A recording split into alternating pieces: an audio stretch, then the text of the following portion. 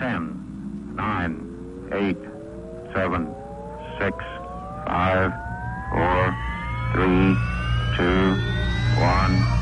Liftoff.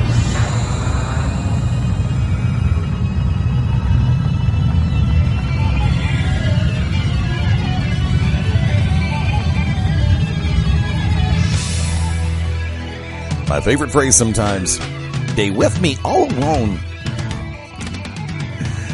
Go back and watch Sylvester and Tweety. I think it was one of those. Greetings, good morning. How you doing? 4 minutes after the top of the 10 o'clock hour in the Central Time Zone on this 27th day of February. My God. February's done. Almost. I got 2 more days. And a great night ahead of me. Welcome into the Beyond Ringside Shooters Gallery. Everything on the table. Nothing off the record. Live from Studio 1, the Magic City Motor Mouth, Fast Eddie Layne behind this control panel. Going to be joined a little bit later in the morning by Shane Noles, tag team partner. And we still have Cosper's face on a milk carton. Hashtag lost cause. Robert, what's up, brother? Hoping everybody is off to a great weekend. It has been absolutely hectic. There's other words I would like to use right now, and probably will before the end of the show. For me personally, thank you to everybody who is tuning in through BeyondRingside.com, through the Beyond Ringside mobile app for Amazon, Android, and BlackBerry, the TuneIn mobile app cross-platform, Ustream Mobile. Depending on what day it is, you'll find out whether or not we're actually still listed on Shoutcast. And if you were listening to TBD and Corner to Corner this week, you found out that there is a huge announcement coming up, and it will be broke. It will be broke. There you go. The press release will be tomorrow, February the 28th of Beyond Ringside Live. Slated to be joined in a few minutes by a good friend of the family, Josh Wheeler, from Atlanta Wrestling Entertainment. Huge show for them coming up on Sunday, March 6th in Atlanta, Georgia. Almost Famous. Looking forward to it. There's a hint there. Trust me on this one. Got a lot on the books this weekend. For me personally, and a number of us here on the Beyond Ringside family of shows, we will be appearing with Global Championship Wrestling tonight in Pell City, Alabama. Going to be covering that card a little bit more in depth. We did GCW Radio this past Tuesday, and if you noticed, and even if you didn't, I was a little bit quiet as far as my insight on the matches. Normally, I am pretty darned open about it. I'm looking forward to tonight's show. 9 matches on the card. Guess who's going to get yelled at if something runs long? Me! And right now, Mad Dog Dan Sawyer's looking at his mobile device going, yeah, don't take too long in between matches. Let's keep it going. Snap, snap, snap. There you go. And of course, I'm going to go ahead and break this loose real quick. On tonight's card in Pell City, it's going to be the combination of Mad Justice versus the Circle of Disrespect. Mad Dog Dan Sawyer and Leon the Bull Stresser taking on the King of the Southeast, Francisco Chiazzo, and the Emerald Emperor, Simon Says. You try saying all that in one breath. It doesn't always work. I've got to sit back and say this is going to be a pick'em. And no, don't read too much into this. This is a straight up situation. This is legit because you put this match in any organization. Dan Sawyer, talented. Leon the Bull Stresser, talented. Simon Says, talented. Francisco Chiazzo, talented. This match in and of itself, and this is where I'm going to use my favorite phrase. If these 4 have time to do what they do best, this match will have you talking for the next week.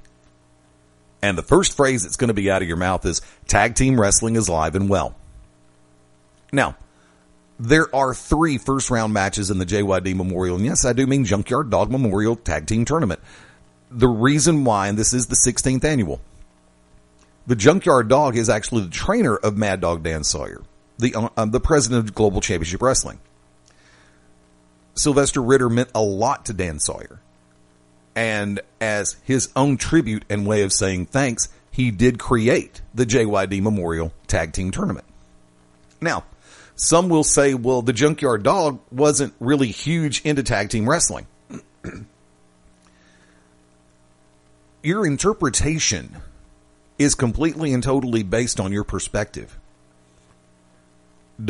Junkyard Dog had some very memorable. Now, I'm a little bit older than a lot of you listening, probably. So I can sit back and say, I remember a number of the tag team scenarios that the Junkyard Dog was involved in. Was he a multi-time world tag team champion? No. But he had some great tag team moments with a number of different partners and against some great teams. A lot of people may not remember this. You might be able to find the footage. Look it up. JYD and Ted DiBiase taking on the Fabulous Freebirds in the Mid-South Coliseum. Not Mid-South Coliseum. I'm sorry. In the Superdome. Under the banner of Mid-South Wrestling. Mid-South Power Pro, pre-UWF. But, going to lay that one out there. Like I said, a little bit later in the show, definitely going to be taking a look at a lot of the matches that are going to be on the card tonight. And I want to go ahead and say this. Tonight, my DVR is going to be set. And I think you know where that DVR is going to be set. It's tonight. UFC Fight Night. Silva versus Bisping. Anderson the Spider Silva back in the octagon, rank number 5. Taking on the Count, Michael Bisping. It's Brazil versus England. And I will say this. If these two stick to their respective game plans, this will go the distance. I've got that gut feeling. Now, both men. Good records. Great records. I mean, 34-6-0, 28-7-0 for both men? But you've got to sit back and look at it. In this particular circumstance, Silva has a lot to prove all over again. Bisping has already proven, but continues to want to continue to reclimb the ladder. And I'm looking forward to this fight. This is going to be a multi-level event. Of course, it's a UFC. And of course, don't forget next weekend. Oh boy. Yeah, let's just go ahead and say this. Next weekend, March 5th, it is going to be a show to watch. Pay-per-view? Yeah. One's going up in weight and looking to basically shock the world. Can Conor McGregor do it again? That's the question.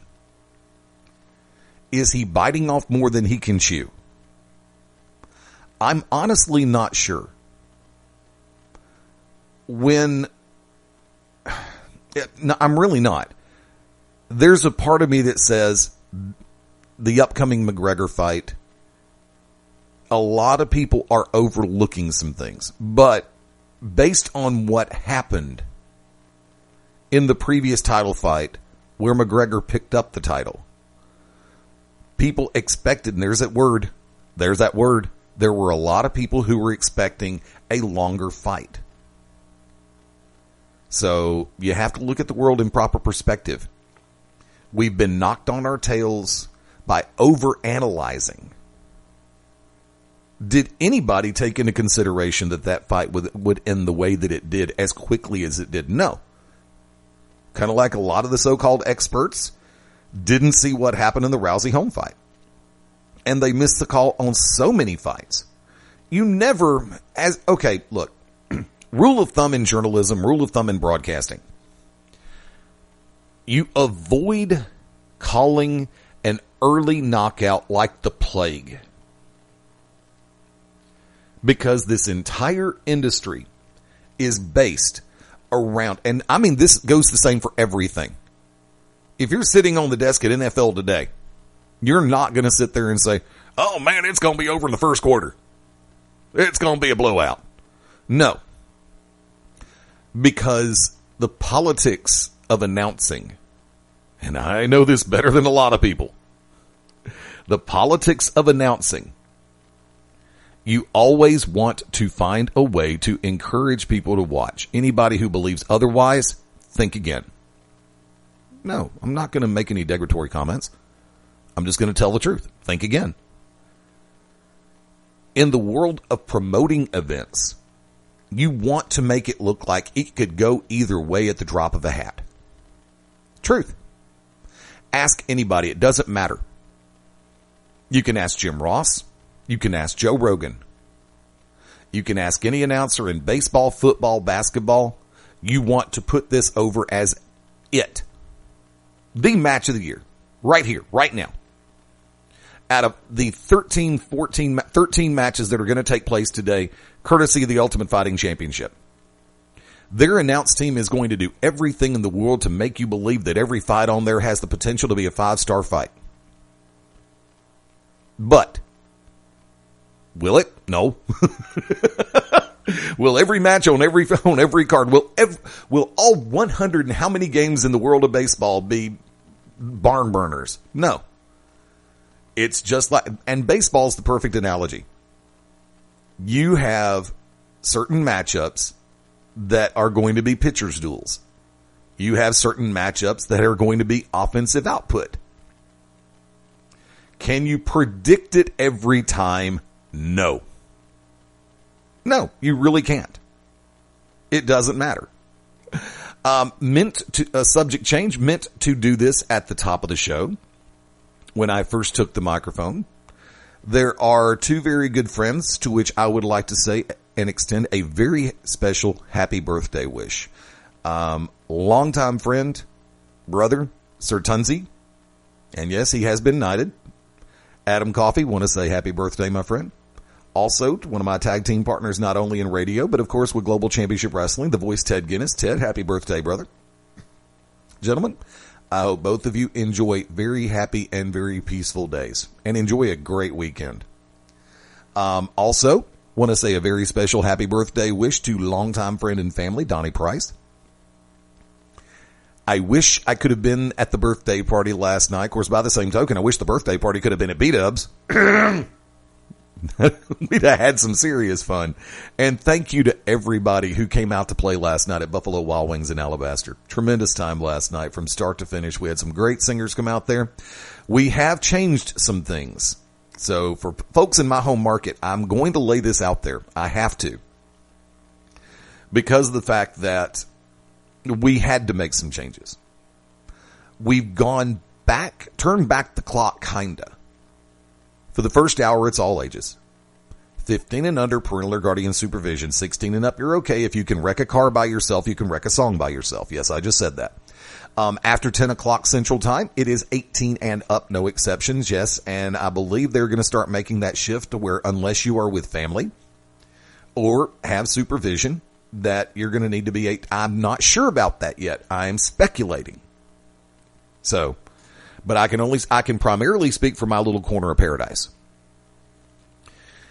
I've got a question that I want people to think about for a minute. With this past Monday Night Raw and the advent of Shane McMahon and Vince McMahon making the match for WrestleMania, Shane McMahon versus The Undertaker. I've had people come to me over the last few days making a comment about Taker being heel. Well, how are they going to turn him? Do you not remember the Lesnar-Taker situation from last year? Are you that far removed from the situation where you don't remember the nut shot? You don't remember them trying to flip or them attempting to flip Taker and Lesnar at the same time? Brock Lesnar didn't become babyface overnight, kids. Well, it almost pretty much happened that way.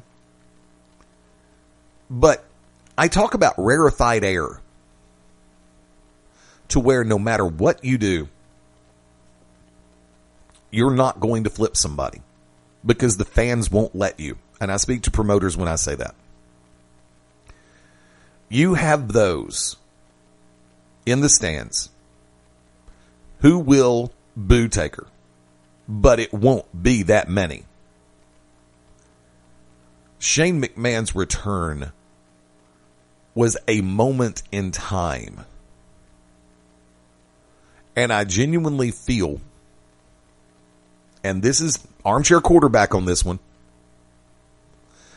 if they would have waited until the end of the show to have Vince come back out, call out Shane, and say, I've had a lot of time to think, didn't really need that much, but by God, you made me wait, I'm going to make you wait. And then unveil Undertaker at the end of Raw. That would have probably been the smoother thing. The segment was almost beautifully executed with the return of Shane. But I personally feel that it ended awkwardly. There's a number of different ways it could have gone. And unfortunately, now once again, I'm not the be-all end-all. I will never profess that. And once again, I'm just like a lot of people in this particular regard, both in and out of the pro wrestling business. But I look at things through 2020 vision. And it's easy to armchair quarterback any circumstance. I will wait for that phrase to return this Monday night on Raw. What's up, JBL? Quit cussing your speakers now. But the fact of the matter stands, if you have that moment, you can let, and I don't know if it's the case that Vince didn't want to let Shane have an upper hand for 3 hours, if Shane didn't want the upper hand for 3 hours, or if creative felt that it wouldn't work to build drama for 3 hours. You could have waited one more week to unveil Taker. And once again, I don't know how they planned it behind the scenes. I know that everybody out there has seen the footage going around about the handoff between Saxton and Reigns. Really? Kids?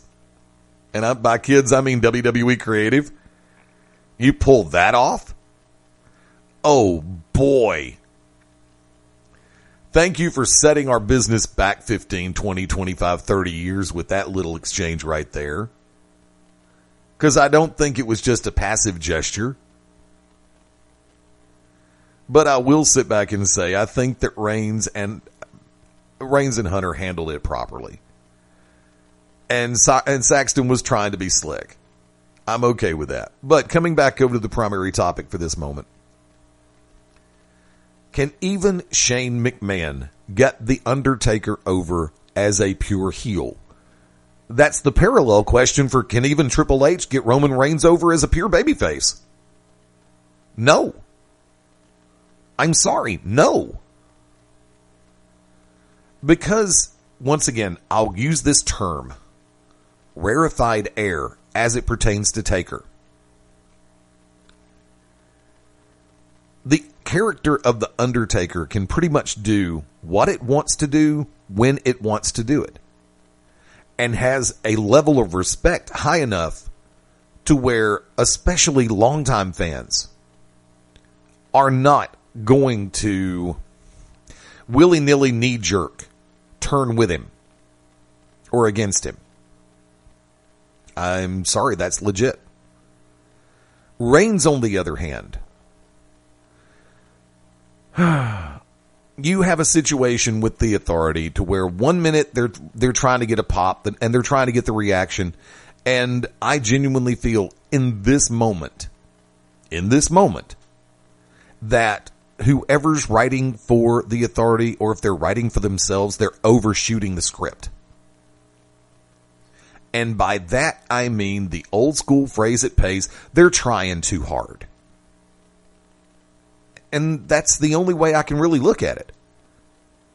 Your best heel moments are when you don't look like you're trying. Dutch Mantel in my book, a lot of people know him as Zeb Coulter. I've watched him down here in the southeastern U.S. I've watched him live. He doesn't try. He just lets it flow. And I guess it now has something to do with the factor of everything being under time constraints. We want you to go rock the world. You got 2.5 minutes. That's it. The time constraints in play, you take away from your better talents on the microphone, and, okay, Vince McMahon, normally one of the best on the mic. He and Paul Heyman, once again, there's that phrase, rarefied air. But I think Vince was trying too hard Monday night. The moment was pushed. The music hits, Shane gets to the ring, crowd responds the way they did, everything's beautiful. But halfway through that segment, the mood shifted, and not in a good way. I think they tried too hard to push the moment. There's a way, and once again, it's open for creative interpretation. At Fast Eddie Layne on Twitter, at Beyond Ringside on Twitter, Facebook.com/Beyond Ringside Live, Facebook.com/Beyond Ringside, the friends page. Find me on Facebook if you disagree. The chat room is open right now at BeyondRingside.com. For everybody listening live, the chat room is open. You may not be able to pull it up on your mobile device. If you're in front of a desktop, laptop, you can open it up. And that's when I tell everybody on mobile device, catch me on social media. Because I'm looking for a better chat program or a message board program. But if you're listening on replay, you got no excuse. Open up a web browser, come over to BeyondRingside.com, and tell me what's on your brain in the chat room. If you have a valid point or a good counter argument, I want to hear it. Like I said earlier, I'm not the be-all, end-all as far as this goes. I am speculating from my point of view as from somebody who has been a fan of professional wrestling for many, many moons, and for somebody who has been a part of this industry for over 30 years. That's the best way I can say it. If you think you're more right than I am, or if you think you're right and I'm wrong, I want to hear why. It's not that hard. Drop over. Put it in chat. Send it to me. And I will read it on air. And look, if the argument's that good, I'll open up the phone line. Something I haven't done it forever and a day. And something that I feel is probably going to be done in the near future. I have no problem with that. I'm always open for a different side. I have my side of the coin. You have yours. And yes, my side of the coin will be coming back. And actually, I think it just did. Really, I think it just did. But, and for everybody who's made the comments about Taker trying to go out heel, or WWE creative trying to make Taker go out as a heel like the same way he came in, theoretically speaking, Undertaker was not a heel when he first came in. The character of The Undertaker was not in and of itself a heel at first. It evolved into one. But remember, we put the connotation heel, face, tweener, whatever, and a hero, depending on the perspective of the direction of the character. The character of the Undertaker was not in and of itself heel. He was the dead man. He was the Undertaker. His manager at the time was recognized and accepted as a heel. Therefore, guilt by association. Will even being Vince's hitman, so to speak, sorry Brett, put Taker over as that heel that they want him to be? Probably not. Sad to say, but probably not. They're going to have to, and this is the thing about this, they're going to try to work this, but I'm afraid they're going to work it into the ground and oversell it yet again. Really.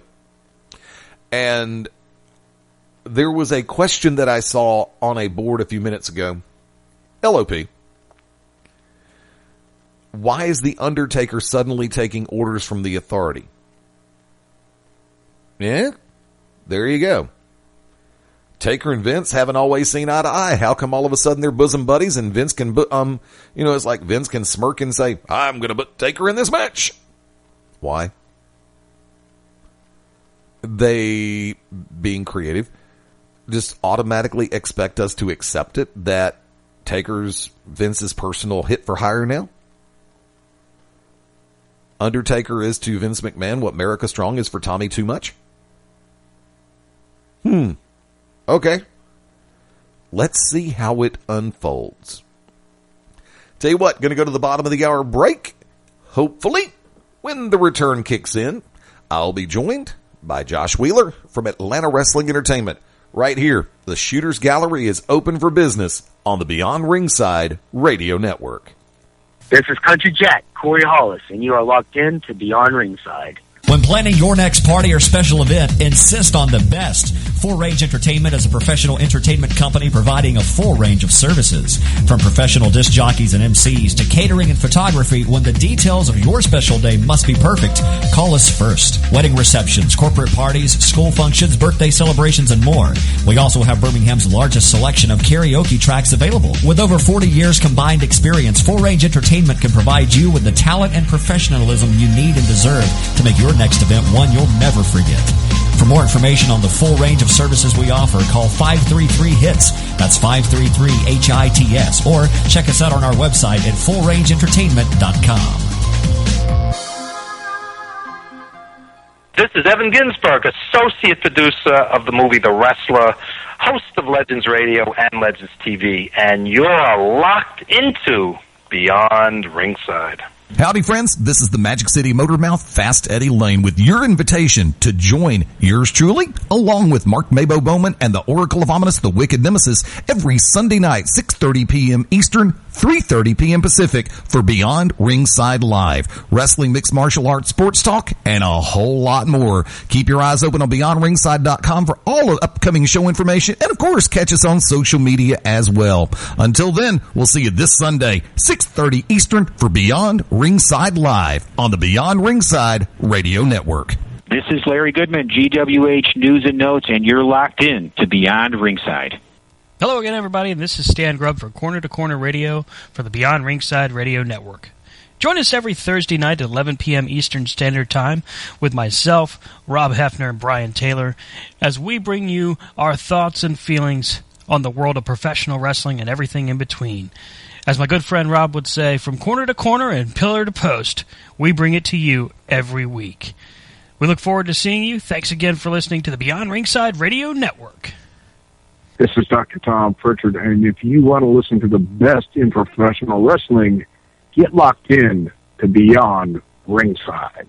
Hi, this is April Hunter from aprilhunter.com, and you're locked in to Beyond Ringside.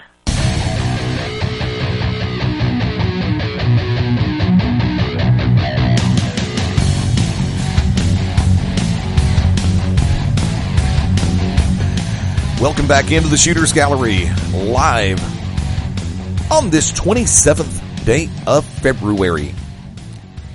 Yes, I actually tried to put that R in there. God help me. Me attempt to enunciate. That's the scary thing around this pop stand. Fast Eddie Layne, live from Studio One. Like to welcome in very special guest. I'm just going to go ahead and drop that part because in my book, he's extended family or part of the family. From Atlanta Wrestling Entertainment, Josh Wheeler. Good morning, brother. What's up? Is this really called Shooters Gallery? Mm-hmm. This show's called Shooters Gallery, right? Yes, it is. Oh, man. This could be fun. Okay, the Beyond Ringside Saturday Showcase, also known as the Shooters Gallery. There, I put the whole thing out there. It's totally fun. This could be fun. Well, I go ahead and see. It's like one of the questions that I asked this morning with everything that's happened this past week as far as WWE is concerned. I had to lay it out there like this. Two questions. Number one, can even Shane McMahon at this point in time in the storyline they're wanting to build, keyword wanting. You and I both know the match isn't going to happen. Can even this scenario with Shane McMahon get Taker over as a heel in WWE? My answer is no, because of Taker being in that rarefied air because of the respect everybody has. What about you? I honestly have no idea what you're talking about. I know they brought Shane back, and I guess he's supposed to face the Undertaker, but other than that, I really don't care, and I don't really know what's going on because I don't watch this shit stuff. Notice. I put it on Hulu just to see Shane come back, and I was like, I'm not getting this, and I turned it off. It was like, I don't get it. Well, the fun part... It does not entertain me, and I can't learn anything from it, so why watch it? There you go. The fun part for me on the whole scenario, when the music hit, of course, I came out of the chair being somebody who's paid attention to the product for many, many moons. But the thing about it is, I missed the character of Shane being on television. And then lo and behold, the music hits, he comes out, the roof blows off the arena in Detroit. And then when the music cuts off after Shane gets inside the ring, in the course of less than 2 minutes, the entire chant goes from Shane O'Mac to Holy S-Bomb to This is Awesome. And in 2 minutes, 3 different full-scale chants and the transitions were seamless. It's like, this is cool. That's a moment in time when the fan base reacts like that. And you've seen that type of insanity. And I was originally going to ask my favorite question, which of course is my favorite running gag. People actually start taking me seriously when I ask the question. It's like, by the way, how's the Kool-Aid today? But honestly, it's been a little bitter lately. Ouch. Yeah. Dare I ask why? Honestly, and this is going to sound really weird, but this is the Shooter Gallery, and I hope some of our fans actually listen to this. Fans are getting a little entitled. They're getting a little spoiled. I'm starting to hate them. Oof. They're starting to get really annoying. Do you get the feeling that sometimes the title of the upcoming show applies to certain people in the stands because they feel that they themselves are almost famous? You could go that far. I mean, I think they feel that they know what we're doing. They know how to book a wrestling company, and it's starting to get really, like, you know, Adrian Armour's, you know, being built up. I mean, I'm not gonna lie, he's our big baby face. He gets a huge reaction, then all of a sudden he comes out Sunday, and everybody's like, oh, well, he's gonna beat Iceberg. We already know he's gonna win. Yada yada yada. Blah blah blah. Let's start, you know, drinking our beer. It's like, but you wanted him to win 2 months ago, and now you're like passive on him. Like, I don't get it. Like, I don't get it. And then when he does win, he wins by count out. They boo. I think he won. Yeah, he won the match. And this is the funny part about it, and this is part of the culture I believe in which we live right now. We've got that fans are too smart. Yeah, we overshoot the moment. Well, let me rephrase that. Fans think they're too smart, and they get mad when you actually do work them. Yeah. Oh, yeah. I think that's the best way to put it. That's a great way to put it. But one of the things that I do, that I see is, and like I said, I listen, I read, I pay attention. Lo and behold, people have a penchant in this day and time to overshoot the moment. Because, case point scenario, I'm going to flash back to the Shane thing for a minute there. When the music hit, he makes his appearance, crowd goes crazy, Vince, at the end of the segment, you're facing The Undertaker at WrestleMania. We go straight, most people went straight from it. If you watch social media, you know what I meant. They went straight from, cool, Shane's back, to, really? Shane Taker Mania? Well, guess what? Shane, it was nice to have you back for 6 weeks. Right. And everybody's already got the finish in their brain.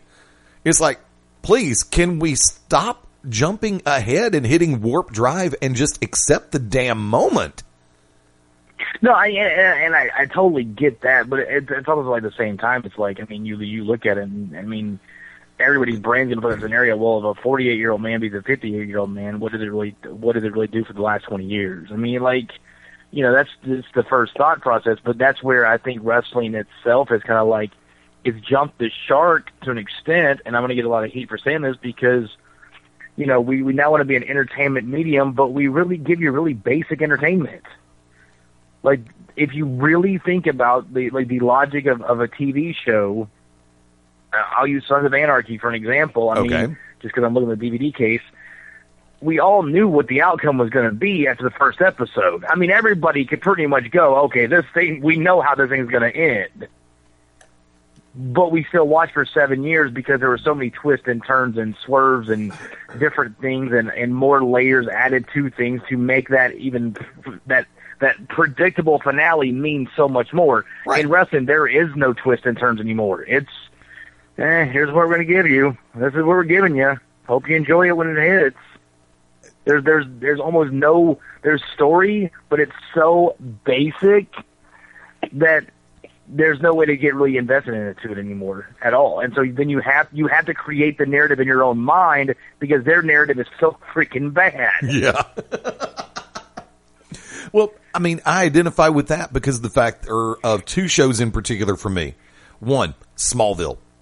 When it debuted and you knew that Tom Welling was Clark Kent, you knew somewhere down the road he was going to be Superman. He's going to be Superman. Yeah, exactly. Yeah. And the show went for as many seasons as it did. It was critically acclaimed and critically decried in a number of formats. I mean, you had people who loved it, people who hated it, but nobody could really, it's like, how long are they going to take this? Okay, they get to the final season. Okay, guess what? This is the last year. How are they going to pull out all the stops? The other one that is the perfect example is 24. To which I looked at 24 as at that point in time, modern day interpretation of the old classic, The Perils of Pauline. Jack Bauer gets in the middle, knee deep, waist deep, neck deep. And at the end of the day, even though there's going to be a trail of blood and explosions along the way, he's going to be okay for the most part. Even if he is going off in a helicopter to a Russian prison. But he still saw the end of the day. And they did that for a number of seasons. And the way that they managed to interleave so many different storylines in 24 and keep everything running parallel, crisscross every once in a while, but keep it all going simultaneously, I thought they did a remarkable job on that. Right. And that's an art form that I sit back and say, there are, so many people inside the industry and smart fans will lambaste WWE for having television writers on a wrestling show. Every once in a while, and there's the key word. I'm not going to say often. I'm not going to say every time. I'm going to say there are times when they've gotten some of it right. Not a lot, but some of it. But that's also why NXT has gotten it right. Because when you've got wrestlers, former wrestlers, helping to do creative on a wrestling show, oh my God, what a novel concept. Right. And NXT is one of the biggest things going out there. And that's true. And I think that's where, again, just going to this whole conversation is you get to the point where, booking is booking, and good booking. Let's go back to the 70s and 80s. The Horsemen were booked unbelievably well, and people were like, well, they had all the titles and they were pushed or whatever, but the story was great because they built up Dusty, and then Dusty would bring in friends to face the Horsemen, and the Horsemen would lose, and then the Horsemen would get a little bit of steam, and they would have to kick someone out and bring in someone new, and you just kept it going, and you kept everything fresh and kind of innovative. And even if you go to the WWF at the same time, on their thing, Hogan was a champion for 4 years, but they kept it fresh because Hogan would team with Orndorff, and then Orndorff would turn on him, and then, he would feud with Bundy and Morocco, and then he feud with Andre the Giant. That Andre the Giant scenario was so freakingly perfectly played out, and, you just keep going, and then you do the whole Mega Powers thing, and there's, again, very well played out. Then now it's just I know Roman Reigns is going to go over. I don't know how he's going to go over. That's one thing I don't know, but I know he's going over. I know he's going to win, so why watch? They're not doing enough. There's no layers to these characters at all. There's no reason to get invested in any character. Seriously, have they? I don't really watch, but I want to ask you a question. Sure. I watched the Rumble. Have they done anything to make AJ Styles seem interesting since the Rumble? With the storyline that he's been in with Chris Jericho and the back and forth that they've had going on, they've actually and now moving into a tag team realm because of a mutual respect with each other. It's actually been it's been decent in my book. Okay. To me, that sounds like even Steven booking. That's the same problem they've been having, because what happens when AJ Styles, who's brought in as this big name free agent acquisition, and now he's just another guy. Therein lies the funny part, because finally I may get my wish about something in particular because of the way things are starting to look. With the advent. Okay, I have said for the longest time that the biggest mistake that WWE made was breaking up the roster split and merging them back together. If you keep that split in place, and now granted, the injury situation doesn't help, but if you have SmackDown and Raw as two separate entities rather than all part of the same umbrella. You have more than the same 8 faces being featured on 2 shows for 5 hours every week. Right. At least if you put the roster split back in place, you can utilize, properly done, you can utilize it to continue to build and develop top-tier talent. I will give you that, but let's rewind. And I'm just trying to play devil's advocate just for the sake of playing devil's advocate. Sure. You go back to 2004 when the roster split really took off. I know it started in 2002, but let's say it was 2004 really took off. What main eventers came out of the roster split? Edge, Cena, Batista, Orton. Well, guess who was the main eventers like 2 years ago? Actually, I think you're overshooting. You missed Eddie Guerrero in that mix. Oh, yeah, because he was there for a year. Sorry. He died. He passed away 1 year into the major roster split. I guess you could say Brock, but that's what I'm saying. The same guys that were on top in 05, 06 are still pretty much on top in 16. That lies in their problem. Could you imagine if Major League Baseball had the same team in the championship game for the past 10 years? Some people would say dynasty, and some people would say click. Yeah. Look at the NFL. Look at how much animosity the New England Patriots have because they won't go away. Yeah, really. Look at the Alabama Crimson Tide. I mean, they are legitimately the most hated sports team in college sports across the nation. Why? Because they've been a dynasty for 5 years. Yeah, I know. Roll Tide. Yeah, we as Americans don't like dynasty. We like underdogs. We like something new. We like something fresh. And then we jump in that bandwagon, and as soon as that bandwagon loses steam, we jump right off. Like, and I hate to say it, that's what's happened to WWE. Like, I don't want to say anyone's out of touch, but I think that they're not doing a good enough job of building. They get an A guy, then they build a B guy somewhat, but there's no C, D, or E guy. And without C, D, or E, you can't make A and B fresh. That's right. That's absolutely right. And that is why I have said on this pulpit, or behind this pulpit, on this microphone, for years, since the late 90s when this project first started, when you get a chance to get away from the television set and the computer screen, get the hell out the house and go see a live show. Yeah. And if WWE's not in your neck of the woods, which they may come once a year, once every 2 years, people need to take a look around, because there are some great shows out there in the realm of professional wrestling, and they are working to vie to earn entertainment dollars. Case point scenario. Right. You've got your show coming up Sunday, March 6th, Atlanta, Georgia. You got the show I'm working with tonight in Pell City, Alabama, Global Championship Wrestling. You've got on March 5th, Peach State Wrestling Alliance. You've got tonight up in Hollywood, Maryland, I believe it is, Maryland Championship Wrestling. You've got a ton of shows out there, and people, I mean, I've got a calendar in front of me right now that's got 80 shows, most of which are across the lower 48, Canada, Mexico, Great Britain, Germany. I mean, you name it, there's a show probably going on right there. And I would not hesitate to think that there'd be a show going on somewhere in Japan or China right now. But right. I do want to redirect focus. By the way, folks, you're listening to the Beyond Ringside Shooters Gallery. Fast Eddie Layne in Studio 1. Josh Wheeler from Atlanta Wrestling Entertainment on the line right now. We almost got audio bombed a minute ago by a tag team partner from the To Be Determined show, the Oracle of Ominous Wicked Nemesis, but I think he disappeared. I don't know.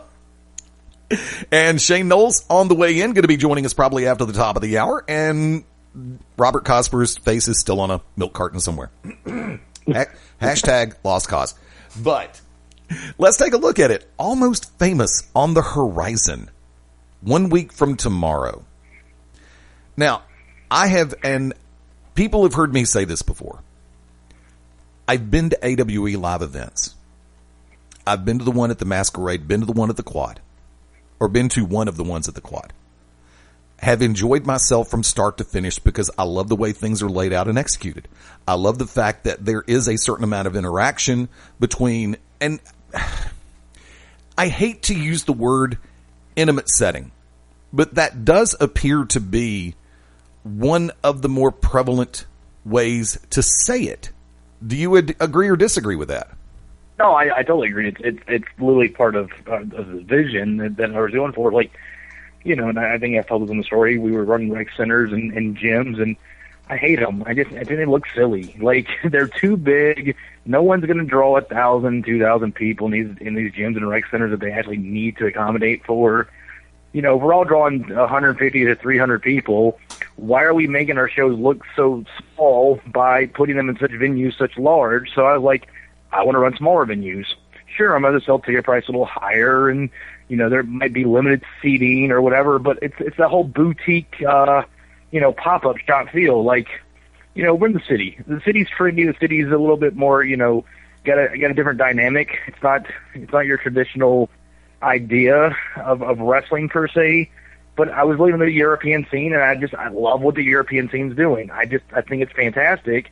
And I was like, why can't somebody in America do that? And I saw Beyond, you know, at their Fet Music Hall, and I was like, that's a great aesthetic.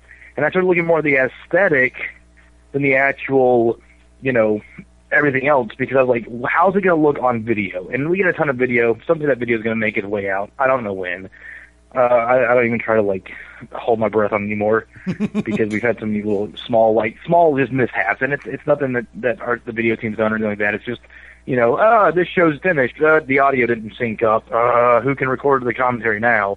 Little things like that. So, you know, we're still a growing entity. But anyway, back to the aesthetic of it. I like the look. I like the underground feel. The quad it became our home because it had such a cool vibe. But the feeling wasn't high enough. Guys were restricted. And I'm a guy's like, let's take the handcuffs off. And then we're still like, trying to find something. Famous Pub is going to be a completely different show. C1s are still a little low in it, but there's going to be no chairs. Like, no sitting at all in a bar while watching wrestling. Now, a lot of people are going to be like, well, that's just stupid. Why are you doing that? Well, has anybody ever been to a rock concert or a hip-hop concert or, you know, anything that's not Adele or Taylor Swift? Right. Guess what? There's no such thing as arena seating at concerts. You stand. You have to maintain your energy level because you're standing for 2.5, 3 hours. Right. Now, if you don't want to stand for 2.5, 3 hours and you want to sit down and fold your arms and play on your cell phone while a wrestling match is going on, don't come to A.W.E. Thank you very much.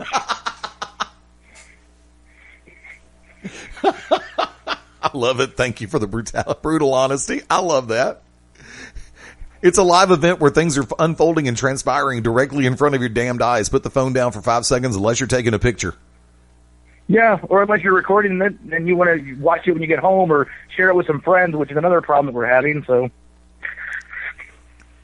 that is why I will sit back and say, you know, for as much as I do this with companies, it's like with Global, we asked people to not shoot video because we have the ITV, Internet TV taping. I work with Peach State. They have a DVD taping, and everybody has their own way of doing things. And I always tell everybody to do what's best for do what you feel is best for your company. Set the standard. Hey, if you want to come to my show, and film it yourself and then bootleg it, so to speak, okay, Fish did that for years. Grateful Dead did that for years. They made a lot of money off of that. We're a live show first. If you got friends that don't want to attend the show, but you want to pay your $25 to pay the show so you can film it for your friends, go right ahead. I don't care. That's more people that's exposed to the A.W.E brand. And when this thing gets the bandwagon effect going, more people are going to be showing up because of these bootleggers. There you go. Like I said, I tell everybody, do what you feel is best for your company. Period. I mean, there are no exceptions to that rule. Unless, of course, you're doing a live human sacrifice. Then we might have a little bit of a problem. Yeah, we might actually try that because we can't get publicity in the way. 6.5 million people. Can you figure out a way to sacrifice a virgin and get away with it? Can we find a virgin first?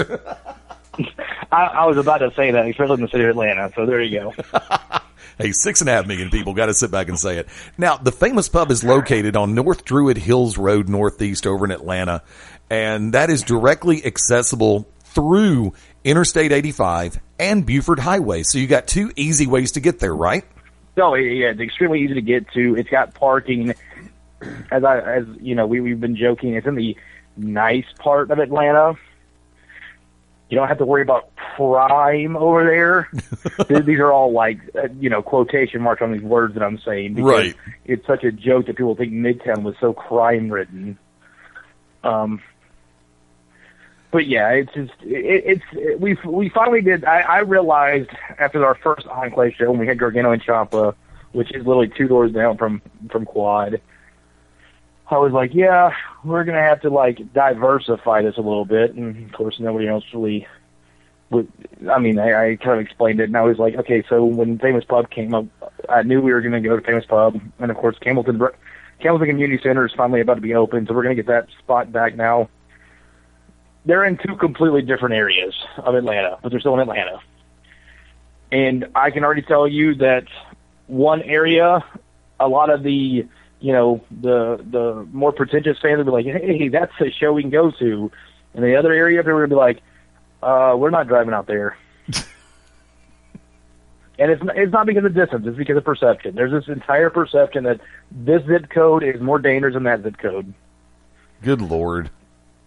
And that, my friends, is Atlanta in a nutshell.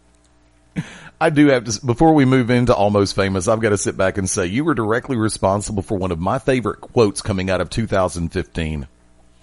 You were getting ready for a show, and you had the lineup posted and a poster in place, and your exact words were, and okay, I'm trying to remember the the payoff on the second half of the sentence. You had the poster with the words, if this show had ROH attached to it, you'd all be creaming in your pants. Yes.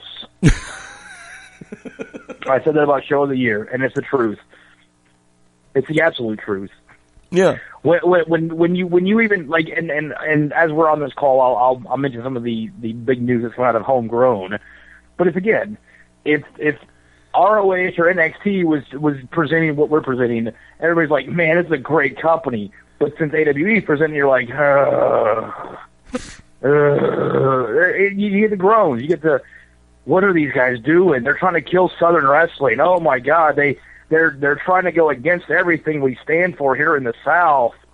No, really? We're not. We're trying to update.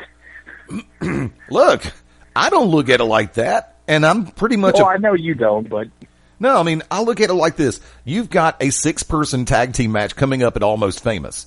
You've got the Hierarchy, which right now this tandem will consist of Chip Day, Murder One, and Princess Kimber Lee, which actually in my book was one of the biggest swerves I've seen come down the pike for a while, also known as the Chikara Grand Champion, Kimber Lee. Thanks for playing, kids. So once again, if this show had Chikara Ring of Honor, but guess what? It's Homegrown. It's okay. Homegrown's, I know, a few weeks after that. Yeah, Homegrown's a few weeks away from. Yeah, we still got 2 more tour stops on the road to Homegrown. But I was trying to say this is Homegrown in Atlanta, and then I stopped myself halfway through Homegrown, going, "Wait a minute, he's got a show called that. Don't cross the streams, Eddie." But no, we and that's the thing. We are, and here's the problem: we're Atlanta's local wrestling promotion, and they're like. Local? Who does local in Atlanta? We need the Yankees and Red Sox. We need the Alabama Crimson Tide.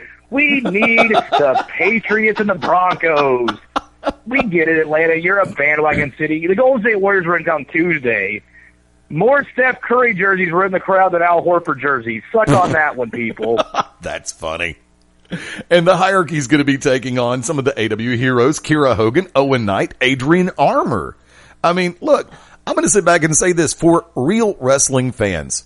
In a mixed 6-person tag team of this ilk, this one can main event anywhere. I'm sorry. And it's like our main event. And I'll sit back and say that, even without knowing that Murder One is about 50 feet away from me with an AK locked on my head. But no, just kidding. Your grandmother's favorite wrestler, Murder One. But no, I mean, the talent that's going to be in the ring for that one particular match. I mean, I just lay that one out there for public edification. If you haven't seen Kira Hogan wrestle, you need to. If you haven't seen Owen Knight in the ring, you need to. If you haven't seen Adrian Armour in the ring, you need to. And like I say, fans all the way across the board, around the Southeast and around up and down the Eastern Seaboard. You've seen Murder One all across the country and beyond. You've seen Kimber Lee. All the way around the area, you've seen Chip day, do or die chip day. I was trying to put the nickname in front and my tongue kept going, get it in the middle. No, it doesn't belong in the middle. And you can also call it the James Dean of professional wrestling. You can also call him Kennesaw Kick Machine. You can also call him Chip MF Day. You can call him the best kept secret in Georgia, Georgia's top prospect, and of course, my personal favorite, the Arrow of Atlanta. I'll get that one off there. I got a hunch about that one. Now, also, coming up, a match that once again would be top billing almost anywhere, especially in the eastern U.S. Ethan Page, Sugar Dunkerton, man who used to be the chocolate ice cream dream. There you go. The epic rematch between the two men, and they haven't wrestled yet. They wrestled Sunday at Beyond in one of their big matches for one of their big events, and then literally 7 days later, the two guys hate each other so bad, when Leo Rush pulled out, Sugar D said, hey man, if there's any way you can get Ethan Page to wrestle in Atlanta, I want that match. And Ethan Page hit me up within 30 minutes and said, hey man, I see Sugar Dunkerton needs an opponent. I don't like that dude. I'll be in Atlanta. Okay. Now, also, let me go ahead and throw this one out there. For those who don't know about the Roar Division, ladies wrestling with a twist. And I'll go hardcore women's action. You got to say it like that. It's Roar Women's Wrestling, hardcore women's action. I didn't have to say it because I knew you were going to the second I said with a twist. I know you. I just like saying hardcore women's action. It's funny. Yeah, I know it is. Kind of like it makes a lot more sense than HLA. Thank you, Eric Bischoff. It just sounds funnier. It just sounds better. It sounds more marketable. Hardcore women's action. There you go. And you have got, from what I understand, a match coming up. I do believe you've got two who are making their debut, if my notes are correct. Yes. Penelope Ford and Brittany Blake. Yes, we have worked out an agreement with Women's Superstars Uncensored, WSU. Nice. And we are bringing some of their talent down. It's going to hopefully facilitate more Northeastern talent down to Atlanta and more of Atlanta talent up to the Northeast. So, we're definitely trying to, make inroads with these larger Northeastern companies that, many people consider Combat Zone and WSU the gateways. So if you get to those guys, you're just a few phone calls away from PWG. You're a few phone calls away from Smash in Toronto, A1 in Toronto. Like all these little, these national hubs that are starting to form are all pretty much everybody. I mean, you name a name in the industry and they pass through CZW at least once. You make a reference, and I don't have it in front of me, so I can't pull the exact. But you made a reference to WSU/Combat Zone. Yes. When I think Combat Zone, I think of a person who's been kind enough to come on the show 5 different occasions over the years, especially on Sunday. And that would be DJ Hyde. And he's coming. I know. I know. He always razzes me because I'm down here and I haven't been able to make my way up to Flyer Skate Zone yet, which is a huge That's a drive, man. That's a drive. Yeah, I know. Voorhees, New Jersey. And I can actually call that right off the top of my head because good friend of mine, Phil Stamper, he and I will go, do advance for some of the WSU Combat Zone pay-per-views and live events coming up. So it's just like Flyers Gate Zone and Voorhees just sticks in my head. It's kind of like before the venue change, it's like 714 Spring Street, the Quad.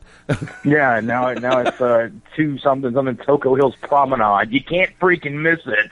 When is DJ coming to A.W.E? DJ Hyde will be in town next Sunday afternoon at the Toco Hills Promenade, coming live from Famous Pub. It's almost famous. DJ Hyde will face the No Pain Train, Iceberg.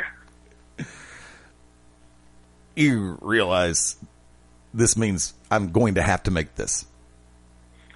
It means that we might lose the venue our first night in the venue. It means that I can't guarantee anyone's safety, so if you purchase a ticket, you waive your own rights to sue me. And it means that the match that everyone in the South was afraid to book has finally been booked. The most violent behemoth in the history of Georgia professional wrestling.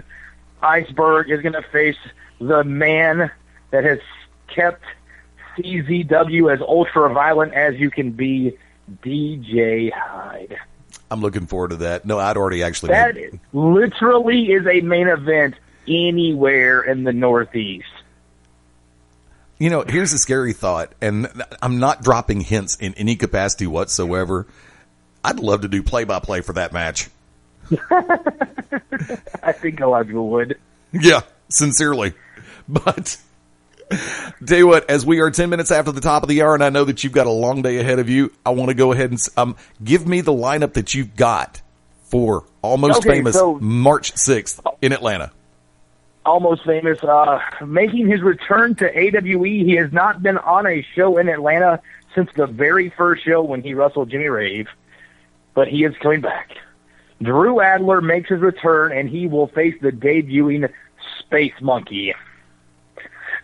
If you don't know of Space Monkey, I definitely want you to Google him right now, bring you to YouTube, and watch some Space Monkey. Again, this would be a dream match, and a lot of other promotions in the South, people are just like, who's Space Monkey? Trust me, I get it all the time. But anywhere in the other continental 48 states, this would be a dream match, and it's going to be good to see Drew Adler back in Atlanta Wrestling Entertainment, and it's going to be great to see Space Monkey make his debut. Also, the Spring Street Suicide Squad, Ken Lee and Chris Crunk, undefeated in tag team competition. They put out their open challenge. They can beat anybody on Spring Street. Well, this match isn't going to be on Spring Street, so it adds a little dynamic to that. But they're facing Team IOU. The Carnies are coming to Toco Hills Promenade. Nick, Iggy, and Carrie Awful. I've got to sit back and say this. Folks, I've been holding out for this match in particular because there are moments in time. Now, I am a huge tag team wrestling fan, always have been, always will be, because I believe there is an art form to tag team wrestling and a certain dynamic involved. And when it comes down to it, I know that Team IOU and the Suicide Squad, or the Spring Street Suicide Squad, are no strangers to each other. They've met. But if there is a match, and I'm being sincere when I say this, if there is a match that will absolutely steal the show, if there is a match that I will sit back and say, don't blink, it's going to be this match. You've got 4 extraordinarily unique personalities on 2 great tag teams. This will be a match you will be talking about quite a while after this show is over with. And the main word that's going to be entering into your vernacular that day, damn. No relation to Ron Simmons, and I'm sure he just felt the disturbance in the force. But seriously, huge fan of the Spring Street Suicide Squad, huge fan of Team IOU. I'm looking forward to seeing this match one way or the other because I know that it's going to be a great tag team encounter, period. Oh, yeah. I think this match is going to... I look at this like just looking at the 2 teams on paper and physically match up. It's the Rocker versus the Hart Foundation. It's the Hart Foundation had a really, really, really, really evil streak. But yeah, I think this one could be something really special. I think this match alone is worth $20. I know a lot of people are like, "Oh, your ticket prices are so high." Look what the hell he's bringing in for the show. You gotta pay people, right? So I'm definitely excited about that one. Let's see here. Ethan Page and Sugar Dunkerton is the main event of the evening. Right. Martin Stone will face Slade Porter in a championship ranking system matchup. Basically, I don't know if you went to AtlantaWrestlingEntertainment.com and saw how the championship ranking system is working. It is a mathematical formula that takes wins, quality wins, total matches, spits out this whole number, and we basically are ranking you based on how many CRS points you get. I kind of stole this from college football, believe it or not. And so we kind of created our entire, seriously, we have our BCS now. So that's kind of how this is working. And, don't ask me for the formula because I'm not going to give it to you because you're going to be like, this is stupid. But yeah, I put a little twist on wins and losses. So there you go. Oh my God. Wins and losses matter. Holy hell. Yeah, it's still a sport. I mean, I know some people forget that. I mean, now at any minute, my son could come in and challenge our number 1 guy. So, Or the long-standing legend. I know. Now, you said tickets are how much? Tickets are going to be $20. And you mentioned the WSU match, and Ashton Starr has petitioned to be in the match. I will make a formal announcement about this, but I'll go ahead and drop the bomb on your show. We are not going to allow Ashton Starr to wrestle the girls of WSU. Ooh. I feel that Roar was becoming too Ashton Starr-centric. And so we were like, the management team got together, and that was, we were like, I just don't want him in the match. I don't want him wrestling. Like, I want these girls to come down and showcase what they can do. Right. Bring a new style, a new flair, new faces. Well, I kind of let Ashton know this, and he was very upset about it. And he said, if he can't be a wrestler in the match, he'll referee the match. Really? So Ashton Starr will be the special guest referee for WSU's Roar debut of Brittany Blake and Penelope Ford. Nice. Very nice. Now, again, I don't know what a referee in Roar is going to do because anything goes, but he wants to be the referee, so we're going to allow it. Therein lies the funny part, because you put the term out there. You said anything goes, and knowing Ashton Starr the way I do, having paid attention to his body of work and the way he carries himself, the fact of the matter stands, I'm pretty sure, I am very safe in assuming, there's that word, that by the end of that match, Ashton Starr will have done everything humanly possible to have his presence felt during that match. I've told him he's got to be very careful. He's got to ref this one right down the middle. Like anything that shades left or right, and there will be repercussions. I want these girls to get a fair shake in AWE. Availability of tickets right now. Oh, God, there's 200 plus left. That's not what I was saying. It's like, how can people get them? Oh, yeah. AtlantaWrestlingEntertainment.com homepage is a little Eventbrite little box right there. You just go, pew, I need 50 of them. Hit that PayPal button, shoots me the money, goes right into our business account, and then we live another day. Or you can go to Eventbrite.com, and I'm not sure the exact thing, but you can probably just search Atlanta Wrestling Entertainment, and you'll get to our pages. Because we actually have two shows on sale right now. We have Almost Famous this Sunday in a week from Sunday, sorry. And then we got Fish and Grits, and That's That Good coming up on March 20th. As of right now, that one's going to be at the Enclave, and will feature the Product David Starr versus Adrian Armour for the #1 contendership. And that's going to be another major event for us. And then in April, Homegrown 2016. And that is going to be... Jesus, where do we start? That's going to be at the Campbellton Road. That one's going to be our first debut show at 2800 Campbellton Road, right. The Campbellton Road Community Center. It's a much larger venue. I'm so glad we get this thing finalized and it's open and ready to go, because it's just minutes from the airport. So that's going to help out with some of our travel issues that we've been having lately on Sunday shows, and then it's also going to help people that want to actually witness AWE that don't live in Georgia, because apparently 95% of our fan base doesn't live in Georgia. Hey, hop on a Spirit flight, get an Uber from the airport to the community center, and you'll be ready to go home by the end of the night. There you go. How can everybody keep track of... Say it again? Oh, of course, you can keep up with us on Facebook, facebook.com/Atlanta Wrestling Entertainment. Twitter, ATL Wrestling ENT, Snapchat, ATL Wrestling ENT, Instagram, ATL Wrestling ENT, and of course the website is AtlantaWrestlingEntertainment.com. Josh, it's always a pleasure. Thank you for coming on board. And I'm going to we'll get this back together again before Homegrown, but keep me in the loop. Yeah. Let me know what's going on, especially on the 20th show. I'll definitely try to help you get the word out. Okay, thank you, sir. Ladies and gentlemen, the one and only Josh Wheeler with Atlanta Wrestling Entertainment, good friend of the family and Beyond Ringside extended family, right here on the Shooters Gallery. Hang tight. Going to go to a quick one, and we'll be back to head for the home run round right after this.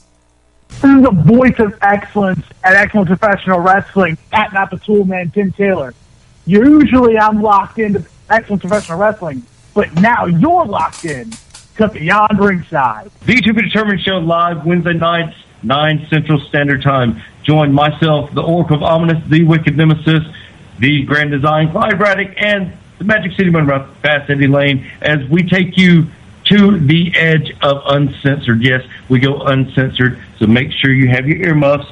Ask your parents, for those of you, that are a little young, maybe under 18, but make sure if you have any heart conditions or any mental defects, please listen, because they may take effect right here, live, every Wednesday night, 9 Central Standard Time.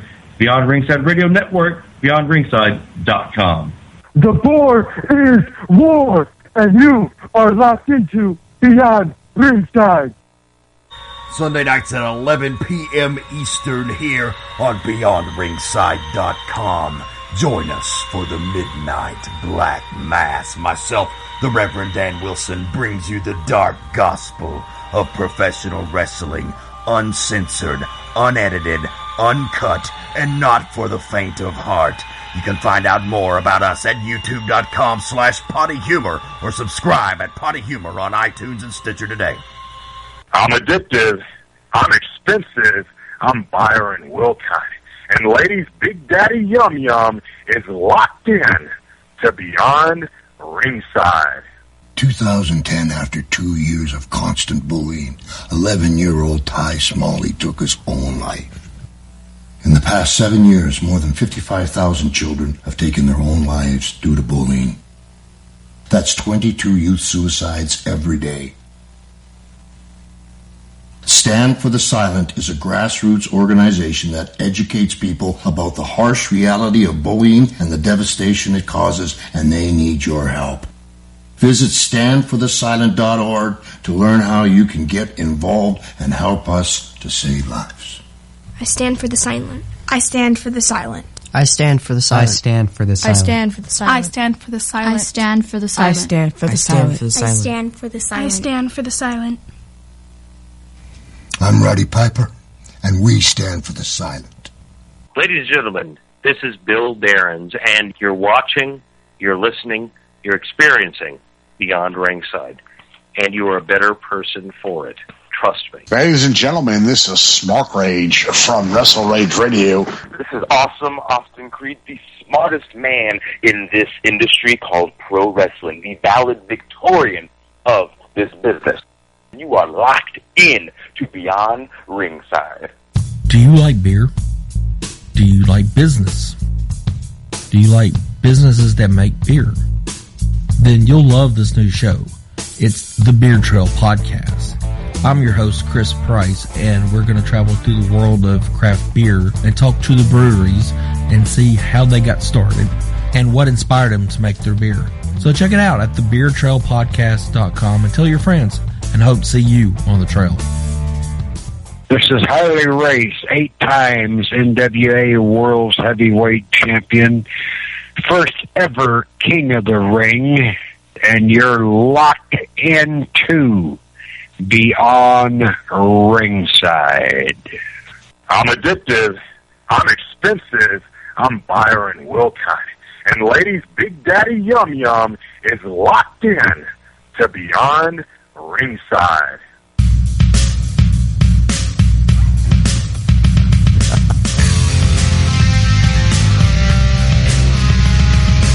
Let's do this thing.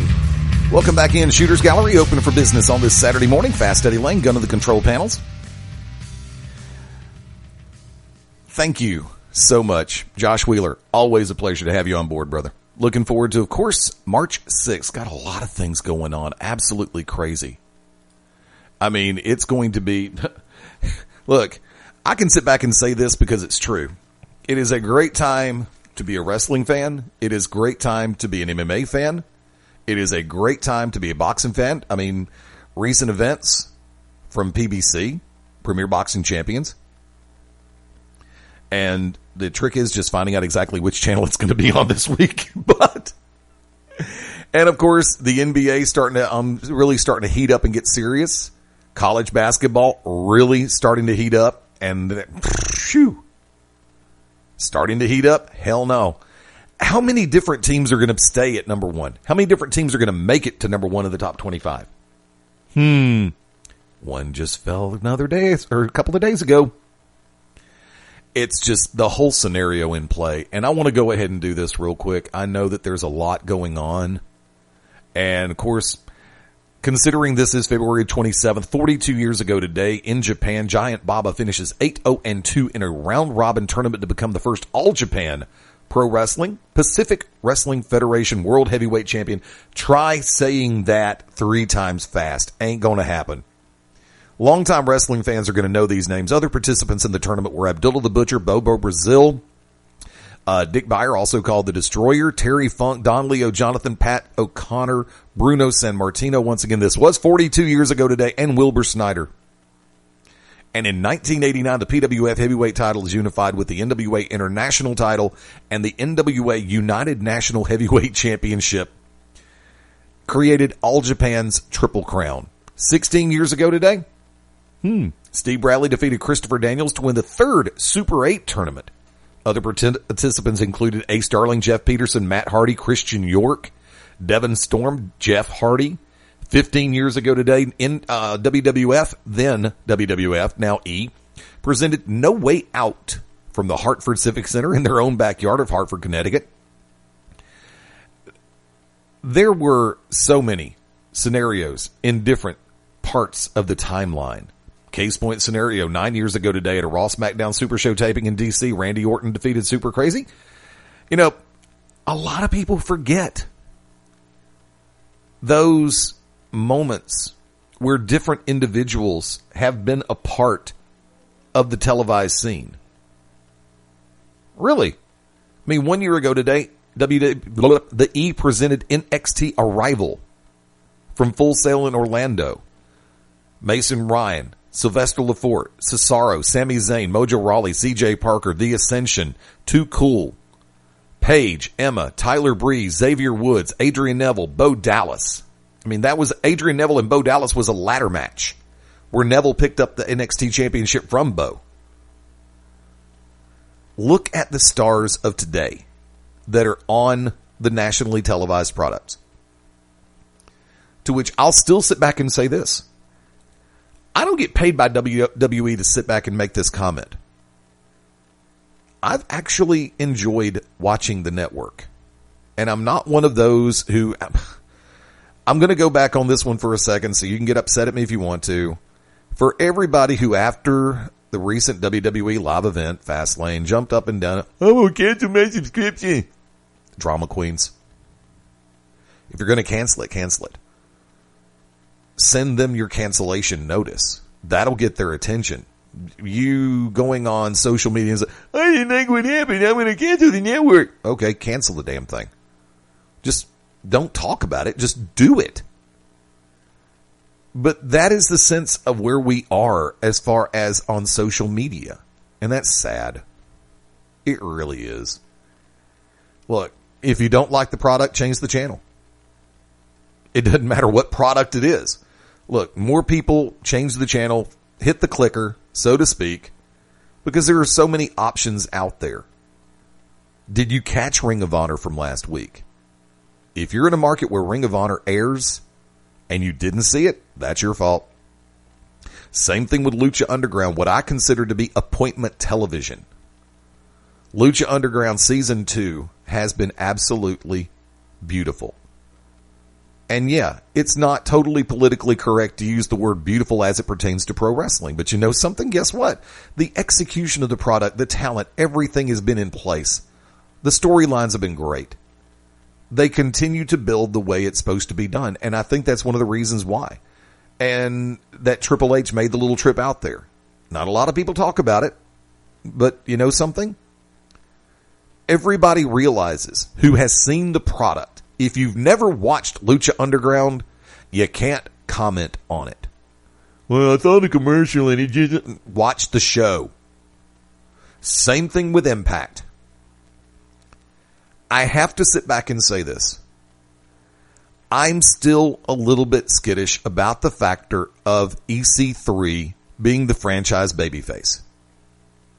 But I think he is a better choice for the franchise babyface because of the fact that he was a good franchise heel. Matt Hardy in this circumstance, because of the entourage, has become a good franchise heel. I'm okay with that. No problem. Carter, EC3, and I used to laugh my ass off when the people in attendance just ran with the chant. And I think in the first part, you had a couple of different cities where they felt they could dog EC3 with the "You can't wrestle" chant. And then it became fashionable to do it. Kind of like it's fashionable to chant to Sheamus, "You look stupid." Or chant to Seth Rollins, "You sold out." Shawn Michaels had the perfect answer when the crowd started chanting, "You sold out." He said, "Of course I did. Why do you think I've been here so long?" Duh. Seriously. Let's put the world in proper perspective. 27 before the top of the hour on the Shooters Gallery. Once again, thank you to everybody who's been listening on the live side this morning. Thank you again. By the way, during our segment with Josh Wheeler, actually was about to be audio bombed by the Oracle of Ominous, the Wicked Nemesis, but I think he realized that that it wasn't just me and Shane doing the show at this point. So, Wick, if you're listening, go ahead and call back in, dude. It's cool. And I know that Shane is out on a emergency circumstance, family-centered.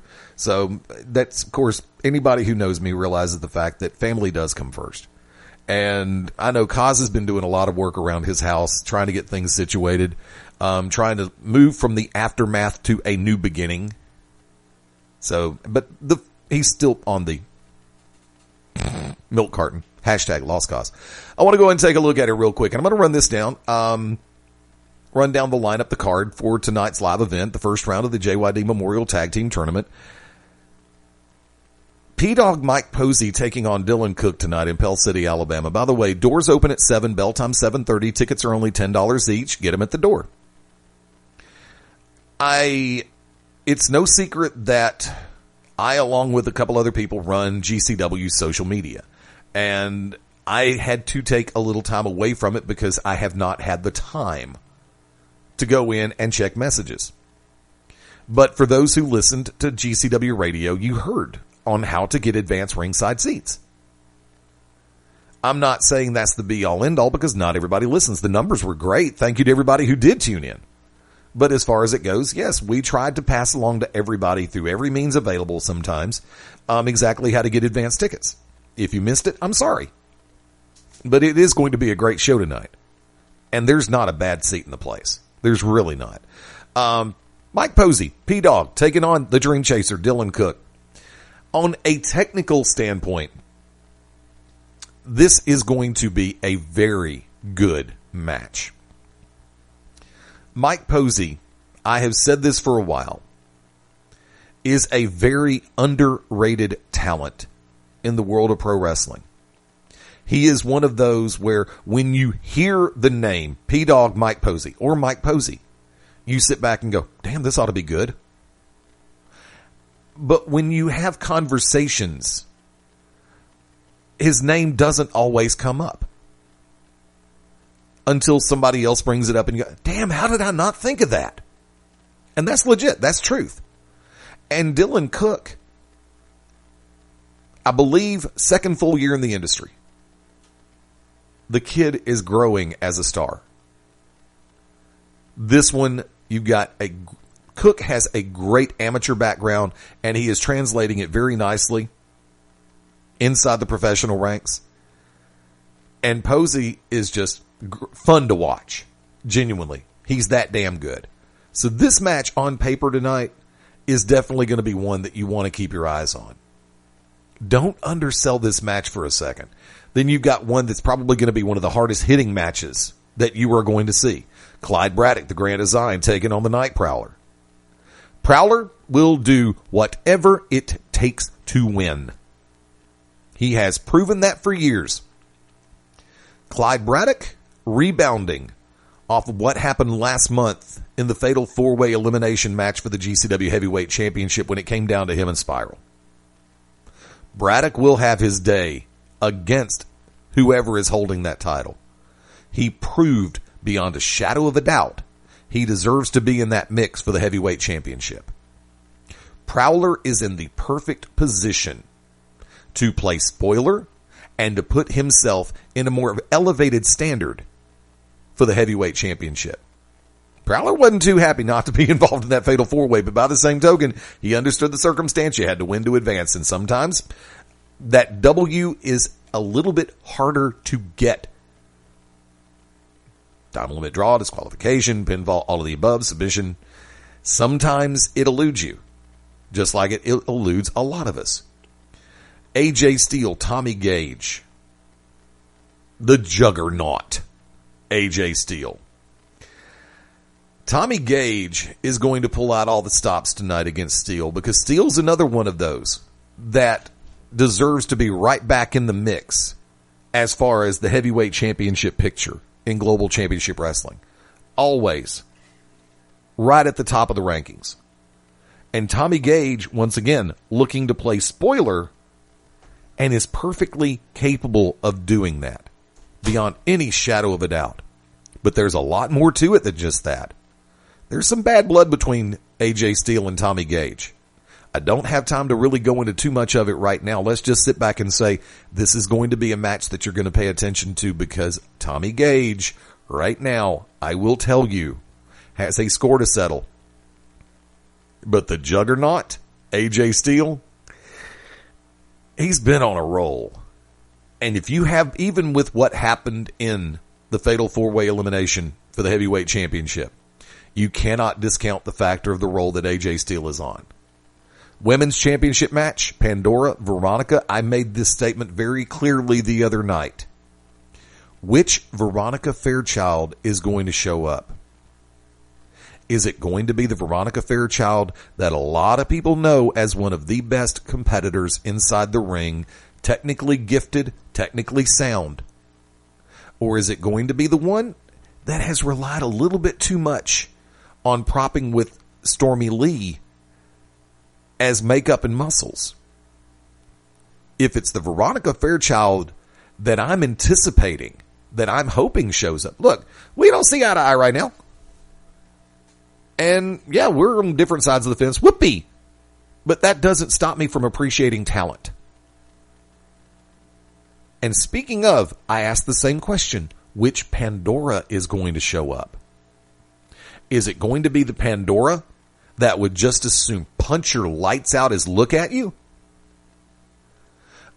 Is it going to be the one that has a chip on her shoulder against what recent events have transpired between her and Veronica Fairchild? There's some bad blood in this match. Seriously, bad blood in this match. The women's championship is on the line, and it's going to be fun to watch. Joey Lightning making his return. The Kryptonite Killer Michael Steele making his return tonight. Two individuals looking to regain some ground and redevelop reputations inside the ring at Global Championship Wrestling.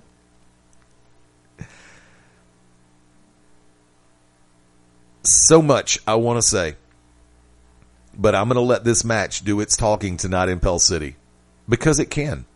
GCW Heavyweight Championship will be defended. The Bosnian War Child Spiral taking on the Mystic from San Monique, Mudbone. I'm just going to sit back and use two words. Don't blink. Seriously. And I mean that as a high form of praise and compliment. In the JYD Memorial Tag Team Tournament, hashtag trending now, Ace Haven Charles Anders taking on the feature attraction, Donnie Primetime III and Britt Jackson. This will be a great example. Okay, look, I'm going to go ahead and drop the candied phrases. All three of these tag team matches have a very unique flair to them. This will be probably one of the most athletic matches that you see. Period. It will. Trending now, feature attraction. These four are going to tear it up. You heard me make a reference to Mad Justice and the Circle of Disrespect. It is the ultimate pick'em in my book. If Sawyer and Stresser, Chiazzo and Says do what they do best, I'll sit back and say it has the potential to be a match of the year candidate. And also in the JYD Memorial, the Brotherhood, O'Hagan, O'Malley, led to the ring by Howard C. Cross. These are guys who've been former tag team champions, former JYD tournament winners, and they're taking on Jack Gunn and Big K Holmes, a team with a lot to prove. Two relative newcomers in the world of professional wrestling that are teaming up. These guys have a lot of potential. They're going to have their heads on straight. They're going to have to be focused. They're going to have to be determined. They've got an uphill road and a big climb if they want to knock off the Brotherhood. It could happen. It could happen. Bell time's going to be 7:30 tonight. Once again, doors open at 7. Tickets are only $10 each. By the way, keep your eyes open on GCWPro.com, at GCW Pro Wrestling on Twitter, Instagram, Facebook.com/GCW Pro Wrestling. Same thing on MySpace, LinkedIn, and Google Plus as well. I also want to add this to the mix for our friends in the Northeastern United States. I'm going to go ahead and throw this one out there. Maryland Championship Wrestling Live. Let me go ahead and pull up my story because I'm part of the lineup here in front of me. And every once in a while, social media and my web browser decide they want to go ahead and just mess with me. Seriously, I hate it when that happens. But tonight, Saturday, February 27th, yes, that is tonight, Winter Blast. MCW Rage TV presents Winter Blast at the Hollywood Volunteer Fire Department. Phil, there's no T on department. You've left one off. In Hollywood, Maryland. Special guest appearance and a meet and greet tonight with WWE Hall of Famer, the hardcore legend Mick Foley. But you have got some great action that's going to be taking place. One match that I would love to be able to see in person tonight in Hollywood, Maryland. The number 4 ranked tag team in MCW, the Punk Rock All-Stars, taking on the MCW tag team champions, the Ectorage, with Kevin Eck. Non-title match. I've had a chance to do a little homework on the Punk Rock All-Stars, and the Ectorage continues to impress, and that's the easy way to say it. This is going to be an excellent tag team outing tonight up in Hollywood, Maryland. Once again, doors are going to open at 6 p.m. for a very special meet and greet with Mick Foley and a lot of the stars of Maryland Championship Wrestling. Now, I want you to know, for our friends in the Mid-Atlantic area in the Northeast, if you can make this show tonight, the Heavyweight Championship, Ryan McBride, the King, defends against Leo Rush. Kodak moment match personified right there. And there's a whole lot more on the card. You've heard a number of different things discussed. And by the way, for those who listen to Beyond Ringside Live this past Sunday, you know the fact that Shane came on, Shane Noles, to unveil all 17 individuals who are going to be participating in the PWA, Peach State Wrestling Alliance, Heritage Title Tournament. I love the way this tournament's being handled because you're not trying to cram everything into one show.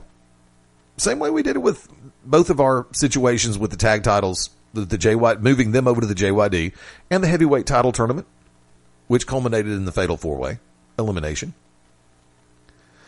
When you have a situation where you try to put too much into one night, it gets confusing. Genuine. It gets confusing. And you have to be able to put things out there in a sense where everybody can digest it in their own time.